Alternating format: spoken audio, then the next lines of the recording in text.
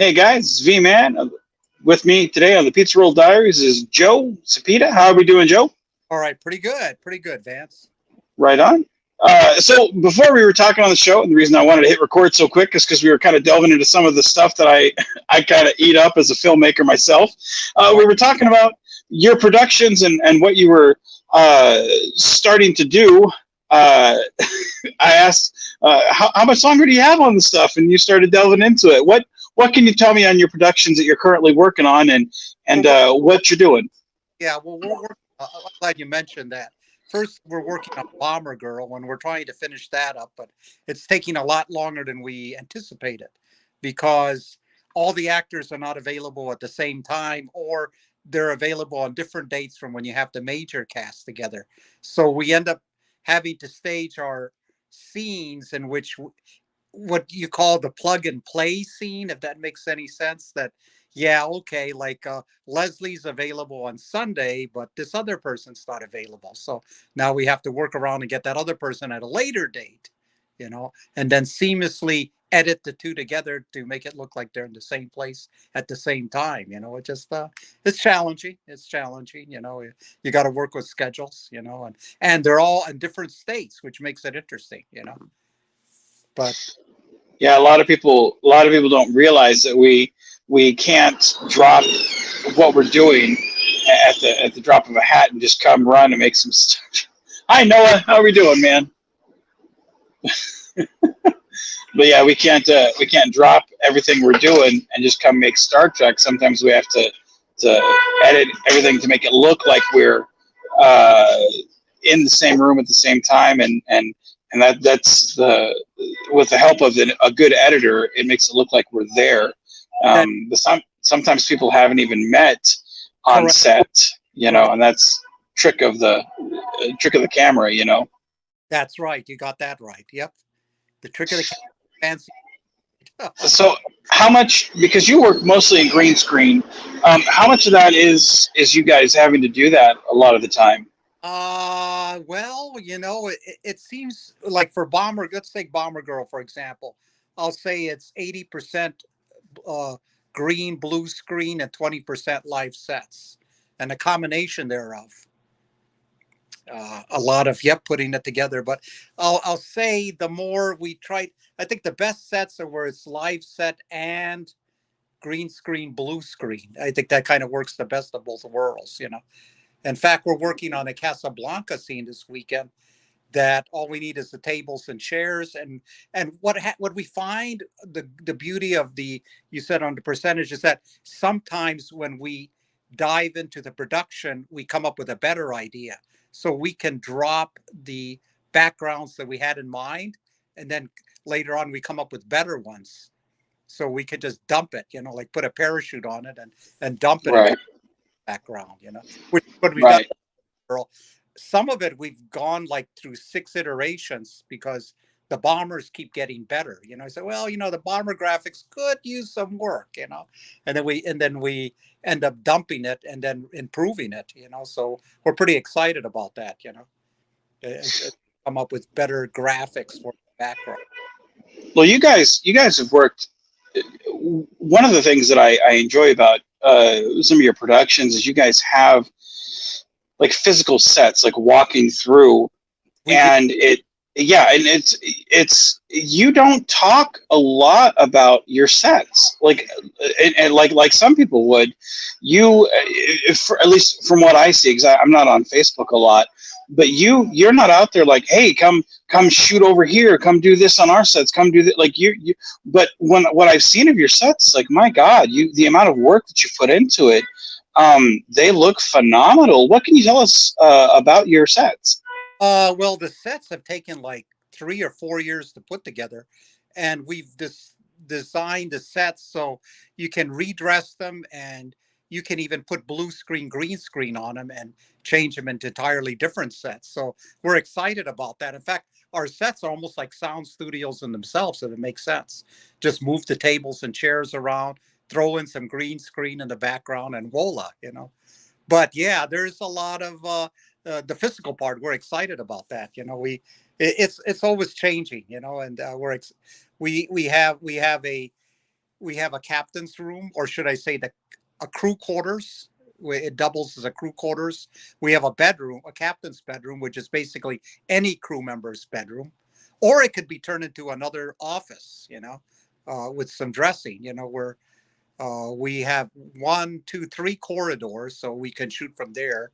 We have a science lab, and the science lab can be anything we want to turn it into. So it's not like we're like it's true that we can turn it like into another recreation room, or we use it for the botany bay a lot of times.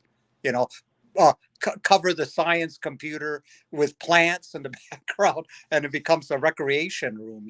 And then we have the great room, and the great room is what we call our blue screen room. And on our blue screen room, then you can turn it into a green screen by pulling down the uh, the, the drapery, or a white screen, or whatever you want to, just by the drapery behind. Or if you roll it up, it becomes the great room, which means we've used it as a recreation room. We've used it as a briefing room, or we used it as the what was it, the brig, yeah, for the lizard and the turtle that are always fighting each other. So yeah, it's just nice having a room that's multi-purpose. You can use it for everything. In fact, this weekend it's going to turn into a guard shack, because uh, Bomber Girl needs to get on the base, and it's not that easy. So Wola, all of a sudden, it turns into a checkpoint Charlie, and then just put a tables and chairs, and now all of a sudden it turns into Casablanca. You know. So yes. Oh, okay. Wait, hold on a second. Okay, if you want to put it on pause here. Oh, you're fine, man. Oh, okay. All right. Hold on. Okay. Then you can edit. No, I'm gonna get it. Okay, fun. Okay, I'm recording right now. I'll get it. Okay. I got it. It's good. It's not bad. Okay, that's the wife concerned.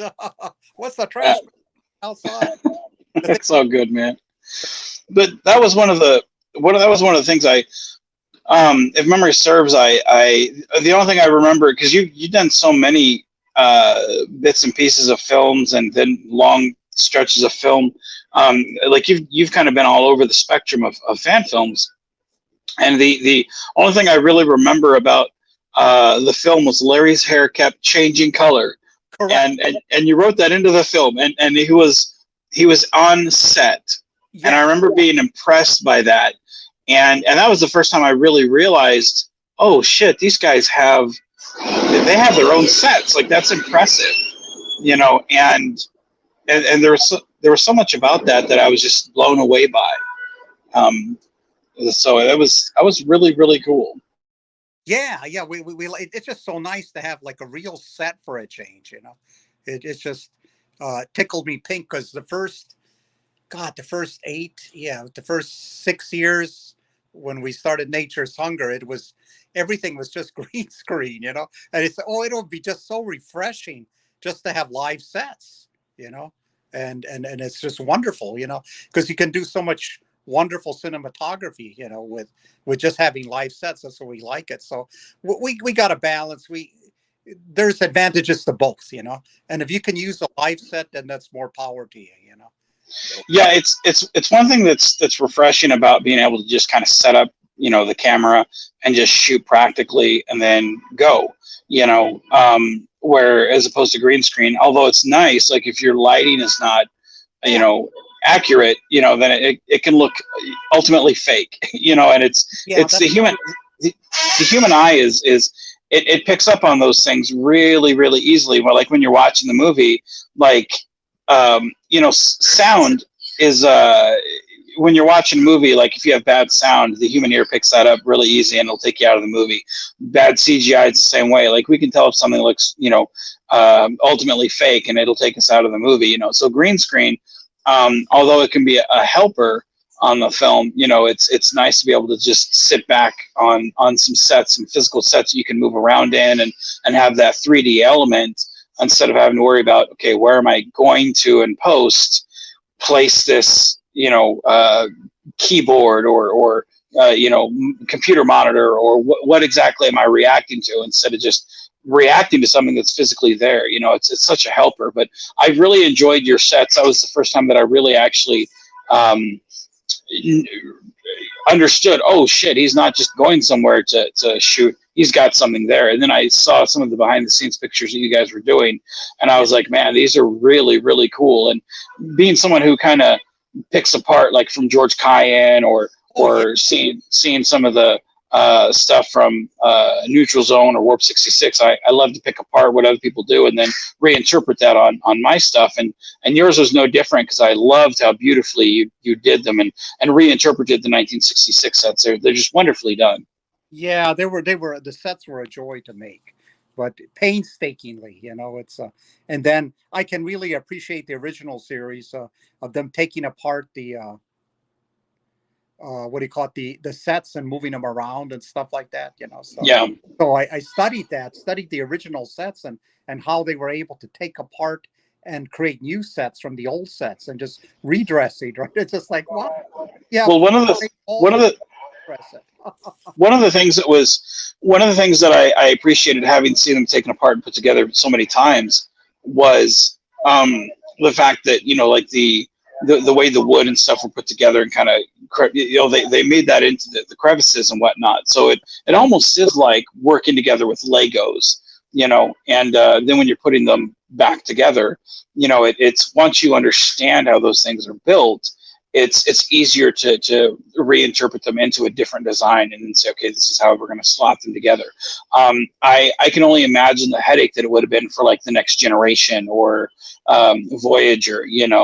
Um, yeah, I appreciate those design aesthetics, as opposed, when I was a kid, I didn't really as much. I just thought they looked, that's kind of corny. But now I look at them and I go, no, they were really smart in how they thought about doing that. Because when you have to tear down and put back up to redress the scene for something else, I didn't really understand that the briefing room was redone into the mess hall, and just redressed into something else. They constantly did that so many times, and it was because lack of budget. But that was really smart. Wow. Yeah. Yeah, that's true. Yeah. Yeah. You're right about that. How they did the sets and how they're able to redress it and keep reusing it, right? Again and again for new scenes. Oh Yeah. yeah. Yeah, I love that. It's really good. So here's a little bit of Trekkie stuff. So going back, when was what was your experience with Star Trek? How did you grow up watching Star Trek? What drew you into that show? And what was your favorite episode growing up? Well, it's interesting that I was exposed to Star Trek when it came out in 1966. I was a military dependent, and my dad was a sergeant living overseas in Germany. So my first exposure, which actually for the first two seasons, was through comic books, Golden Key comic books. And if you're familiar with the Golden Key, it was uh, they had hired some Italian artists, and they based all the stories and the comic books based on the photographs. So here you have Yeah, an artist making comic books, and he never saw the original series because it was being broadcasted in the U.S. And here he is in Italy, and he's putting together Star Trek comics. yeah. A lot of those Gold Key comics, because my friend, those that remember Steve Atwell, who played Korath, he had sent me some of the Gold Key comics, and Yeah, just looking back through them, they were very odd. The colors were off. The stories didn't sound anything. It reminded me a lot of the early books that were printed before they came out with the, oh shoot, I forgot who makes the modern books for Star Trek, but like back in the day when it felt more retro sci-fi than actual Star Trek canon. But that's what the Gold Key comics felt like, was just more retro sci-fi than actual Star Trek. yeah, yeah. Because you had like rocket thrusters on the back of the ship, on the warp nacelles, and yeah, it was it, Yeah, it to me it felt fire coming out. That's kind of funny. Yes, yes, yes, you did. You fire coming out of the war. Yeah, I love those. I love those elements. I thought that was really funny. Um, but those Gold Key comics, they were something else, weren't they? Yeah, yeah. In fact, that's funny that you should say that. In fact, I got some right over here. Yeah, those are definitely collector's items. But whoa, here we man, look at that. Yep, The yep. first issue, my God. Yeah, in Purposens, Germany, man. When I got Oh my yeah. first issue, it's like, wow. I said, what? I said, what the heck is what is this stuff? It's kooky crazy, you know. Oh yeah. It was mind And that, blowing. and It's just the thing I like about those adventures is like the alien planets they went to. That felt completely alien. Whereas now, like you go to something and you'll always see a Klingon, or you'll always see a Romulan, or you'll always see a Ferengi, or something like that, you know. But back then, like everything just felt so alien. That's why, like it really yeah, did feel like Buck Rogers type. Like you don't know what you're gonna, what you're gonna find, you know. So I love those. And like I said, the little books that they had, where like on the cover you'd see like the fire coming out, and the ship would be flying around this small planet, and you'd see like the little warp trail would be right behind, and it's just to me it was such a wonderful time to be a fan, because everything truly felt like the Wild West, you know, oh completely yeah, unexplored. You know, it's just weird time to be a fan, you know, because you could make anything up and it was completely canon. Whereas now you'd be like, well, technically in 2268, Spock did this, and it's breaks in 2267. And you're like, yep, that's true. Where, you know, none of that shit mattered back then. You could be like, it doesn't matter. It's all canon, you know. I love that, you know, element from back then, you know. So, well, what was your favorite episode when you finally got to watching the television show? City on the Edge of Forever. There was something magical about that. The Guardian of Forever. Yeah, it just Yeah. being able to alter or change history, you know, or going into the past. They're just mind blowing, you know. Hmm. And that, Uh, that was one thing that the rules of time travel back in TOS I thought was a lot more interesting than we have in next gen, because I think they had like what, two or three episodes of TOS where they traveled in time. I know they had the one episode where, I think there are at least three, you know. yeah, yeah, I Yeah, was say it's at they least two. Yeah, where they because there was one episode where they and don't kill me, any original Trekkie that's like you're wrong, and then, you know, so I'm not up to date on my TOS canon. But I know there was one episode where they travel back in time to the 1960s, and they meet some astronaut, and they have to put him back or something like that. oh yeah, I, yeah, that's one of them. That's right. Yeah, yeah. There's that one, and then they go back and they meet Gary Seven. Yeah, yeah, you're right. That's Yeah, right. Yep, Gary but Seven. but they do those things like it's just like willy nilly, like it's just it's another day it's another Tuesday, you Yep. know. But I love that about that, because it was just like, yeah, this is typical, you Yeah, know. they did do a number of time travel shows. That's right. They did. I, I I Yeah. love that. I love that. So Yeah. was in making your Nature's Hunger. What, obviously you've done Wizard of Oz, you've done Planet of the Apes, you've done all these other, quite a few other inspirations that take hold. It's not just Star Trek that you do. Um, what other sci-fi genres would you say has heavily influenced you on a personal level to be a filmmaker? I would say World War II. That's why I'm making Bomber Girl. I almost wanted to make a World War II film and to do it right and to do it justice.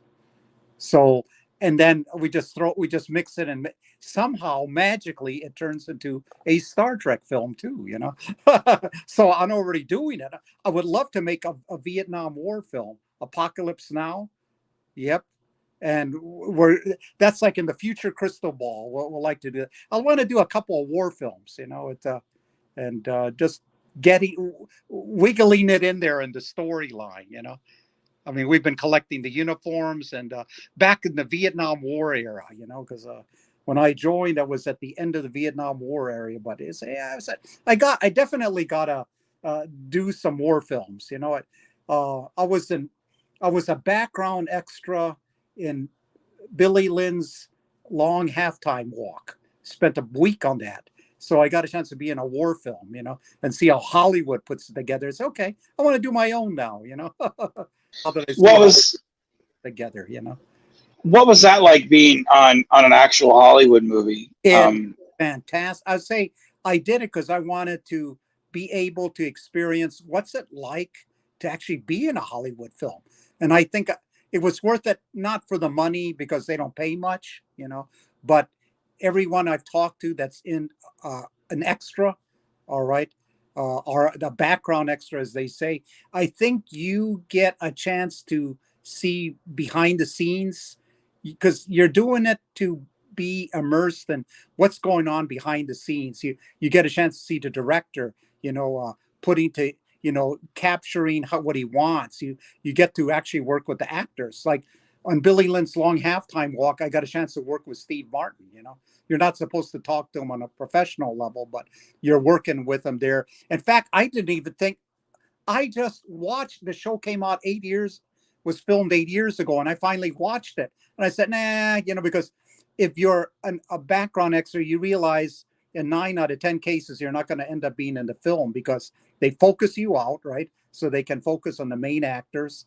Or when that scene comes up, you just get out, you get cut out, because they just can't use you. But I'm actually in the film. And I said, man, that's me. I was one of the photographers when Steve Martin comes out. Steve Martin plays the bad guy, the antagonist for Billy Lynn, um, and he is out there and he's making a speech. And they as a background actor, they wanted me to be the photographer, fake it, look like you're actually what do you call it, shooting pictures, right. of the war heroes and Steve Martin. In fact, I was laughing at it when I saw it because when they gave me a camera and it was like kind of like a dead camera. It's a dead prop. But when I saw the film, they actually added the flash photography to it. I said, "Holy cow!" That they they added flash photography to it. To make it look like I just clicked a button and took. So they did a real fine job on that. But it's just nice being there, working with the actors and just being able to help contribute to the film production, and you see it from a professional level where you have so many people that you're there, they give you your costume, tell you what to do, but it's up to you to interpret so that you're basically, what is it? You're a background person that fills in the gaps, so the actors in the front can make it look like, should I say, you're helping to create an imaginary world in the background and make it You look are, real so that the actors shine in the front, if that makes sense. I yeah. mean, So you are world building in a sense, and you're helping in your own small way doing that. correct. And then you put a whole bunch of background actors in the back, and it looks like a real world, right? That's awesome. So It is. you did get to see yourself. That is very. What was the name of that movie? Billy Lynn's long halftime walk. It's a war Huh. movie. Came out about 8 years ago, and it's on DVD now. I haven't seen it on Netflix or whatever. It unfortunately the film bombed because it just I guess it came out at a time where people weren't interested in war films and this stuff, but it does cover the PTSD of soldiers, which I thought was interesting. It was a very good background story. But Well, a lot of times the movies that bomb are usually the better ones because yeah, those are the ones that people put their heart and soul into, and the big budget, the big the blockbuster ones that people go to see. Those are nice, but those pay for the ones that people can then go and the what are the heart and soul, those they can do the pleasure ones that they that's right. enjoy, you know what I mean? So I mean there's no shame in not being part of a or having a film under your belt that doesn't make a billion gajillion dollars. Those films those are the ones people love more usually, you know. So Yeah, yeah. In fact, it was revolutionary at the time. They wanted to experiment when they did the film. You know how most films are 24 frames per second, right? Well, this one was 124 frames per second. And the reason for that, of course, shot in 4K, is so that it would present a real life appearance. Does that make sense? Like, like yeah, it look, yeah, it's just amazing, They tried it, that's awesome. That it is is. awesome, man. So going on to Bomber Girl, what you say you guys have about maybe 5 months left of shooting, and Yeah, then well, yeah, finish. yeah, I would say so. I mean, it's we're gonna do it right because I think I really love the story. There, I don't want to give away what it is, but there is a story within a story with Bomber Girl. Yes, it is a Star Trek fan film, and we will. I talked to the actors of how it was. We what is it the crew of the Crusader is in there. So I said, you know, there I had to think of I how do I tie it in and make it exciting? And then I thought of one of my favorite films, the Throlian Web, and I said, there it is. I saw the Throlian Web. I say, there it is. That's Bomber Girl. So we're giving like salutes to a lot of my favorite films, and one of it was the Throlian Web, where the Enterprise comes across, this other starship that's trapped between dimensions, and it's the same thing with Bomber Girl, a World War II bomber that's trapped between dimensions, and it shows up in the Star Trek era. Do you guys have anything planned after Bomber Girl, or is that Well, your main focus on for at the we're time? doing a lot of concurrent ones that we're working on and experimenting and finding out. We're doing two Planet of the Apes films. We're doing Scream of the Ape, all right, which is basically taking the Planet of the Apes and putting it in a holodeck Star Trek experience. But believe it or not, all these other B movies managed to get into it, if that makes sense. So it's Yep. not grandfather's Planet of the Apes. It is a whole bunch of if you're a fan of B movies, then Scream of the Ape will make sense to you because all these B movies managed to come out and crawl into the woodwork. And all Ramses wants to do is relive his Planet of the Apes adventure. But the Crusader computer doesn't wants to do its own thing because I guess the essence of the story is that you have a computer that does a random story, if that makes sense. So it's exciting because they run into a lot of different things. Like, Look, I have one question.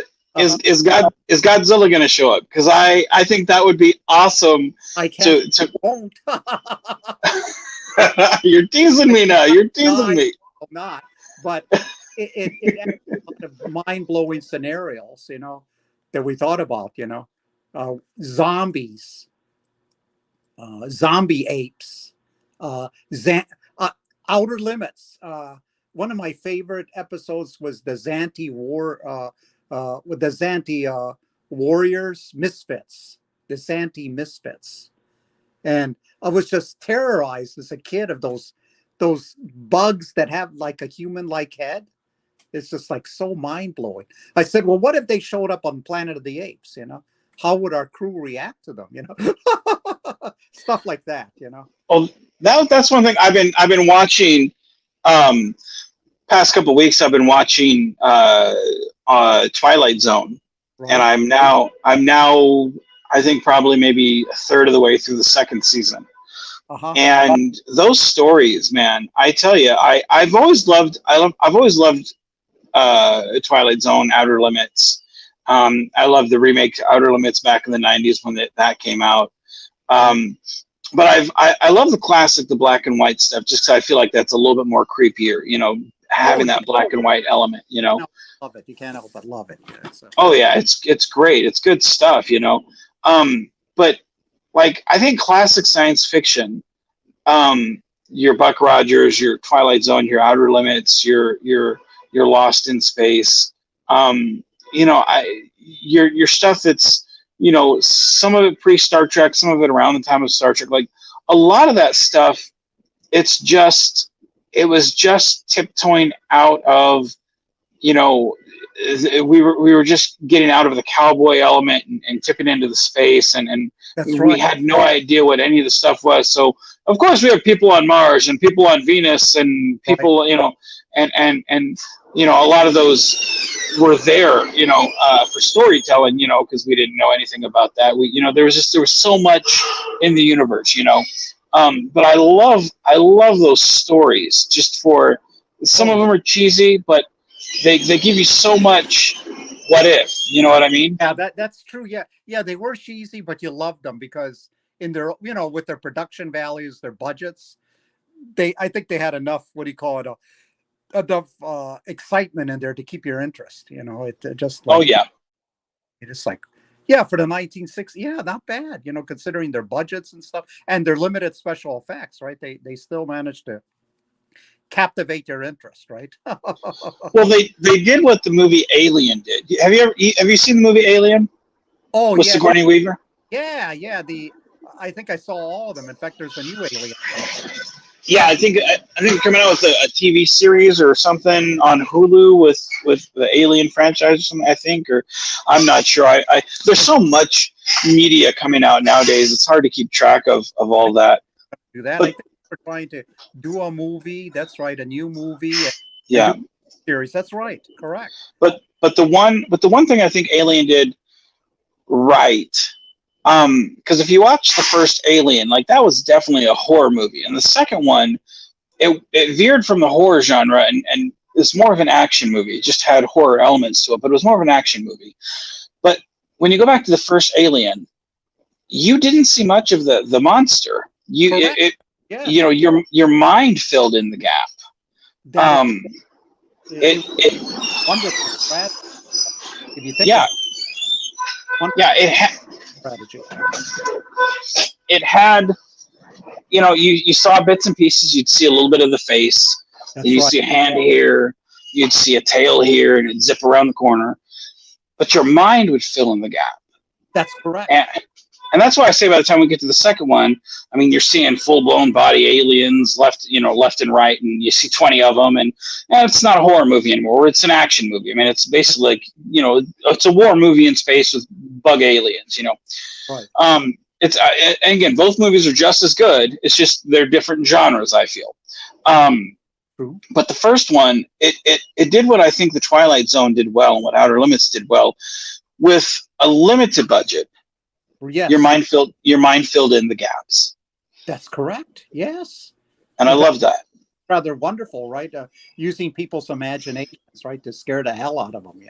Yeah, yeah. Use your own imagination to scare the hell out of you, and I'm just going to drip you the information and let you do it. You know, like the last one I think I saw, that springs to mind was the two astronauts go to Mars, and the one guy dies in the Mars pad or the Mars spaceship, and he hears knocking, and by the time he opens it up, they're so happy to meet him and everything. They're like, "Oh, come down, chill with us. Well, you know, before you go back, you know, hey, why don't you chill with us for a bit?" He's like, "Oh, awesome, cool. You know, yeah, my friend's dead. You know, whatever." And they're like, "Hey, we replicated this house for you. Why don't you chill here? Well, you know, if you want to chill with us for a while longer before you go back." He's like, "Oh, yeah, of course I will. Oh man, this is great." He lights up a cigarette, which I'm like, "Oh, that would never get by these days." The public Oh, television, no, that's that was the culture. Yeah, that's right. oh yeah, that's trying to get that past, you know, TV censors, you know. But he lights up a cigarette. He has his, you know, alcohol there, and he's just, you know, and then you know, he opens up he tries to open up a door, can't get out. And he tries to open the front door, can't get out. And he opens up the blinds, and it's nothing but a wall. And he's like, "What the hell?" And then the thing, and you see all these Martians that are right there, and Yeah, I remember. it's locked behind bars. Yeah, and then he pulls out the sign that says like, "This cage is for a human" or whatever, exhibit for a human. And he's Yeah, like, "Ah, you suckers! Oh, what's going on here? Yeah, let me out!" Yeah, and yeah. Like, what is it? Everything's the same all over, something like that. Isn't it? The title. yes, Yes, yes. See, you know these things. I'm not that smart. I don't remember. Yes. I forgot about that one. Yeah. Yeah, like that was like it's stuff like that where it's like it by today's standards, it's cheesy as hell. But I loved it because it's like I want to take this journey with you, even though I know it's like it's not. That's but like it's cool because you're like I'm willing to forget reality and I'll take this journey with you because it's so cool. It's a good story because like it takes you back to the beginning of that conversation when the one guy's like, I gotta believe there's some good out there. Like everybody's all the same all over. Like everyone's just like us. It's gotta be. And then Yeah. you get to the end and they're like, well, they are like us, but not in the good way. Like we're kind of some shitty people sometimes, you know. And it's just like, oh man, you know. But I love how they did a lot with like a little bit of a budget and you're just like this is I mean they probably just with that house that they had they probably just walked down to an I Love Lucy set where I'm like hey let's use this house set we got here and I mean it was again a lot with very little and I love the fact that you're able to do those things with classic sci-fi. I love that it was able to work the imagination, every one of those films. um, and I think again they did it on 30 minutes or less. Yeah. It's good, Right. good stuff. Get it down. That's right. And that's good. You mentioned they had to use existing sets. You're right there. Cut on Yeah. budget costs down. Yeah. Oh yeah. Oh yeah. Well, they did the same thing on one of the outer or one of the um, Twilight Zones about the guy who's writing, and if he talks about something, it creates that. And when he cuts the film and throws it in the fire, it erases what he just talked about. And his wife catches him cheating at the beginning of the film or at the beginning of the episode. And he brings that lady back like 2 or 3 times, and it's a real jerk move. And his wife keeps trying to get out of the house because she's like, I'm gonna call you, I'm gonna get you for being crazy. And I'm like, dude, what are you doing? This guy can literally make anything. And he makes like an elephant in the house to stop her from leaving. And I'm like, this dude's nuts. What are you doing? And then like he throws her and envelope into the fire and erases her, and then he creates. I'm like, this is Yes. the hell is this? Like, this is nuts, dude. I mean, they were like, I'm like, I want to meet whoever wrote this. These people were crazy. They were writing some crazy stuff. But Yeah, you're they right. were, With budgets, right? But they were well endowed with imagination and oh creativity. yeah, yeah. All that takes place in one room. Yeah, it was just one room, but it was great. Like to me, it reminded me of like theater. How you're given like, hey, you got this, ad lib and go, and it's just a good storytelling. And but yeah, I love stories like that, and Y- I think Yeah, that's true. You're onto something, Vance. One set, right? Fan films. I remember I saw a fan film. They only used one set, and the set was only a chair, right? I think several fan films have done it. Wasn't there one with like Mr. Spock, and then one with an astronaut that went into space? But the novelty of it is that it's just the astronaut sitting in the chair, nothing else. And yeah, you go through that range of his emotions, right? To tell the story, and that's it. yeah. When you're That's the when you're whole. forced Yeah, when you're forced to be creative, like everybody thinks like they write their scripts and they write this, Captain Kirk finds God in the middle of the universe and he has and they write those type of stories and it's like this over the top grandiose and you're like real life Star Trek film, like scale it back some. Like what do you have available to you? Like if you have a big front yard next to the woods, dude, landing party. If you what do you have available to you? I mean, that's why, like, if you go back to classic Star Trek, why did so many towns look like, the 1960s or, an old West cowboy town? Like, because that was existing sets on the Paramount lot that they could use and save themselves some money, and that's what fan film people should do is use what's available to you. You don't have to spend yourself out of budget or take your retirement savings to go make a fan film. Just look around you and what do I have? And it's easier when you have friends. Hey, I want to do this. Can you help? Sure, I'll help. Can you? Yep, I'll help. But use what you have available and then make your story around what you have.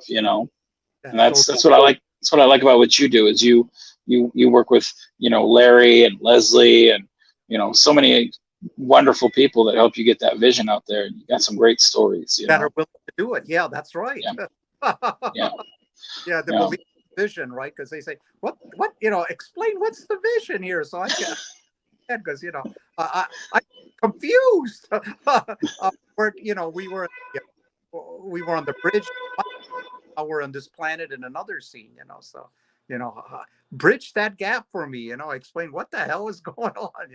And I had to explain. Well, here's how we got from point A to point B. Yeah. So real quick before we go, is it just the film that you're working on right now that's coming up next, or do you have anything else before then that you're going to be releasing? I'll say we have Bomber Girl. We have Scream of the Ape. Okay, that's more closer to the movie. We have Don't Go Ape, which is more closer towards a reinventing of Planet of the Apes. Uh, and then we have the Fighting Chance saga that's going on. And there's so many plot stories within there. So a Fighting Chance is more like 3 or 4 stories within a story, if that makes sense.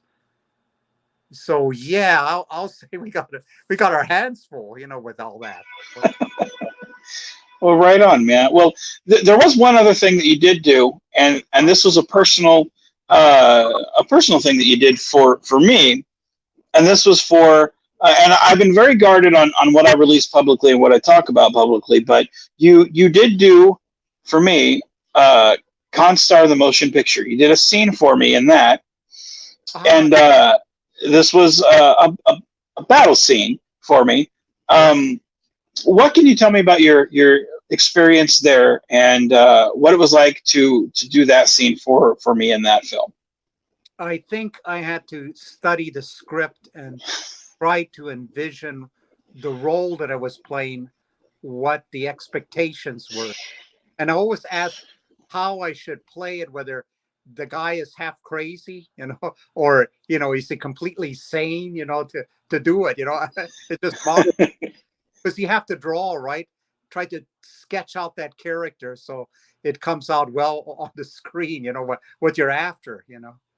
Uh, a character that's memorable. Right.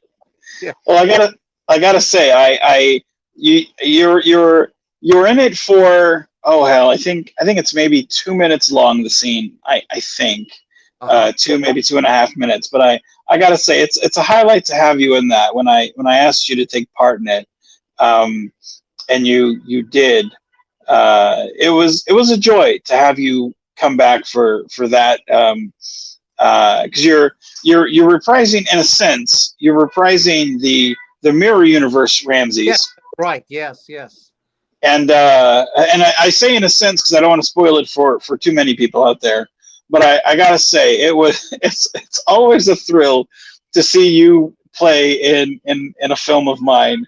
And I gotta say, my friend Drew, he's a huge fan of yours, and I waited. I didn't tell him that you were in it. I didn't tell him nothing until the scene was done, and then I was like, "Hey Drew, check this out," and he was like, "Dude, my boy's back," So I got to say, some V-Man fans are Joe Cepeda fans, and I got to say, I can't wait to show the audience, hey, Ramses is back. At least on the Constar front. So I got to say, thank you for taking the time out of your busy schedule to do that for me. And I know Royce, you made him happy in that scene because it wouldn't have been the same without you in your part there. So I got to say, thank you, man. I appreciate it. Well, So. thank you for allowing me to be in your film. It's definitely an honor. And it gives you a chance to work outside your filming so that you can participate in other people's film. So I think it's, yeah. Absolutely. So, all right. Well, on that note, I think I'll let you go. It's been about 45 minutes that I've held on to you, and I'll let you go. So, on that note, Joe, we look forward to seeing what we got coming from you, and Yeah. whenever it comes out, send us. Yep. Good deal. Good deal. So, on that note, Joe, have a good rest of your night, and everybody at home, thank you for joining us.